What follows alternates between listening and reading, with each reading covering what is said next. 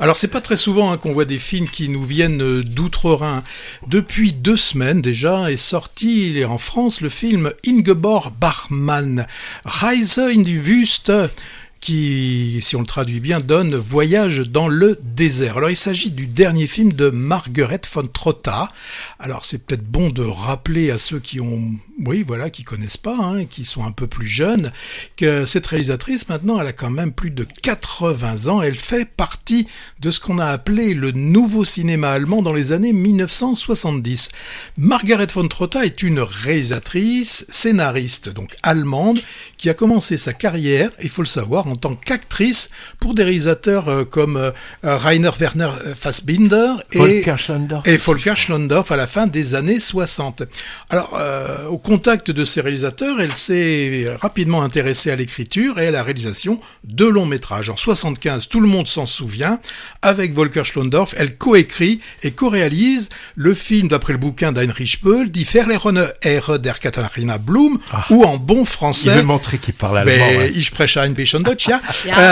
L'honneur perdu de Katharina Blum, qui avait été, on s'en souvient, acclamé par la critique. C'était un film, tu t'en souviens, vous vous en souvenez, réquisitoire, qui dénonçait les méthodes de la police et surtout de la presse dans une Allemagne de l'Ouest en pleine crise paranoïaque à travers un récit assez froid et tragique et une descente aux enfers infligée à une jeune citoyenne soupçonnée de cacher des informations sur un anarchiste avec qui elle avait juste passé la nuit.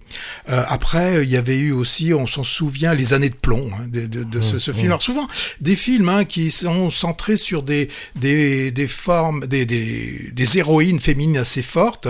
Et elle a, Margaret von Trotta, été dans beaucoup de festivals. Et elle a eu des prix, que ce soit à Cannes ou bien évidemment à la Berlinale. Alors aujourd'hui, qu'est-ce qu'elle nous propose, cette Margaret von Trotta? Eh bien, c'est un biopic. Alors, un biopic, c'est plutôt concentré sur une page de cette poétesse, donc qui s'appelait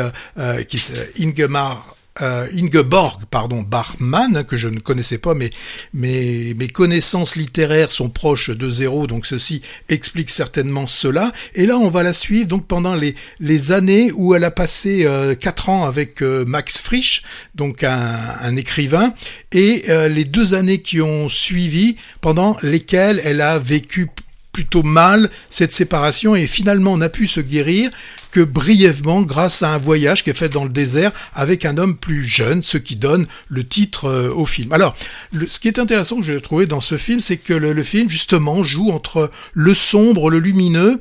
Le film commence par une scène sombre de nuit, on la voit faire elle fait un cauchemar où on la voit complètement humiliée par Max Frisch, et le film se terminera sans que je dévoile, avec une luminosité assez éblouissante, alors qu'elle est dans le désert, où là elle a connu vraiment une période, on peut dire, de guérison. Et entre ces 2 moments, on pourrait dire que le film est ponctué par 4 villes, des périodes qui sont liées à des villes. On a Paris, Zurich, Rome et Berlin. C'est à Paris qu'ils se rencontrent, où ils se rencontrent et ils proclament sur le pont Mirabeau de l'Apollinaire.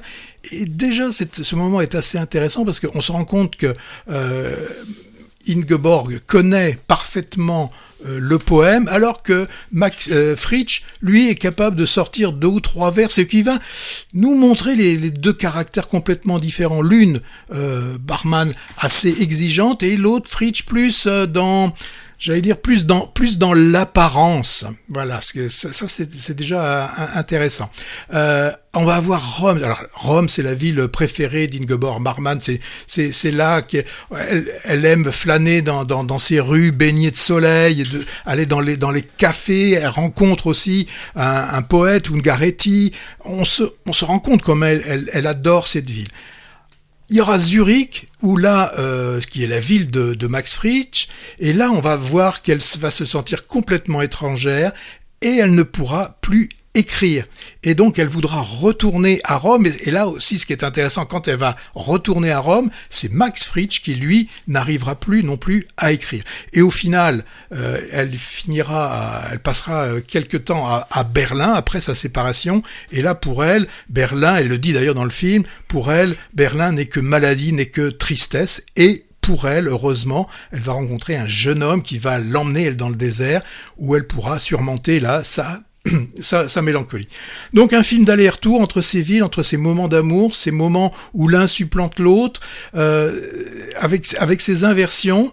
On a Vicky Krieps, alors Krieps, je sais pas comment exactement on le prononce, qui est formidable. On se souvient d'elle dans Corsage, on se souvient aussi dans le film où elle était en Cowgirl jusqu'au bout du monde, là. Non. Quand elle est la police The Wall. The Wall, oui, voilà, je recherchais le titre. Et Ronald Zerfeld est aussi pas mal. Il y a une phrase qui est intéressante à un moment donné, puisque quand on voit le film, on se dit que c'est elle qui subit un Max Frisch qui est vraiment assez puant dans le film, mais il dit à un moment donné, est-ce que ce sont toujours les meurtriers les coupables ? Est-ce que parfois les victimes ne sont pas aussi un peu coupables ? Film de facture classique, mais je trouve que de temps en temps, du classique, ça fait du bien. Voilà ce que je pouvais dire sur Ingeborg Bachmann. Ouais, je rajoute un mot. Alors, Margaret von Trotta, elle poursuit ses portraits féminins. Alors, après Katharina Blum, que tu citais, elle a aussi fait une biographie de Rosa Luxembourg et de Hannah Arendt. Alors là, elle nous fait découvrir cette poétesse autrichienne, alors célèbre dans l'après-guerre, mais comme toi, hein, je la connaissais ni d'Ève ni d'Adam. Personnage que j'ai trouvé pas montré forcément sympathique ou attachant, d'ailleurs. Hein. Oui, mais est-ce que les biopics doivent pas... D'accord, ouais. D'autant plus qu'elle est étonnante, hein. Une intello sensuelle, libre, voire libertine. Moi, je dois avouer que j'étais un peu perdu dans la temporalité, parce que le scénario est essentiellement construit avec des allers-retours qui m'ont semblé, moi, assez confus, essentiellement entre deux époques correspondant aux deux amants successifs de la dame. Alors évidemment, Vicky Krieps, hein, polyglotte, multitalentueuse, habituée à des rôles de femme en même temps fragile et forte, actrice caméléon. Moi, je l'associe un peu à Isabelle Huppert. Elle était aussi impressionnante, tu l'as un peu mentionné, en agent raciste et trumpiste de la police frontalière entre Mexique et États-Unis dans le récent The Wall. Trop mal distribué, malheureusement. Alors, le film repose en grande partie sur son talent virtuose, qu'elle promène dans de belles robes, hein, elle a des robes magnifiques, entre Paris, Berlin, Zurich, Rome et le désert égyptien. Mais de mon côté, moi, ça n'a pas suffi à rendre ce portrait mémorable. À vrai dire, je me suis un peu ennuyé à cette évocation de spleen d'artistes évoluant dans les hautes sphères intellectuelles, d'où le petit peuple est absent, hein, ou alors à peine en figuration.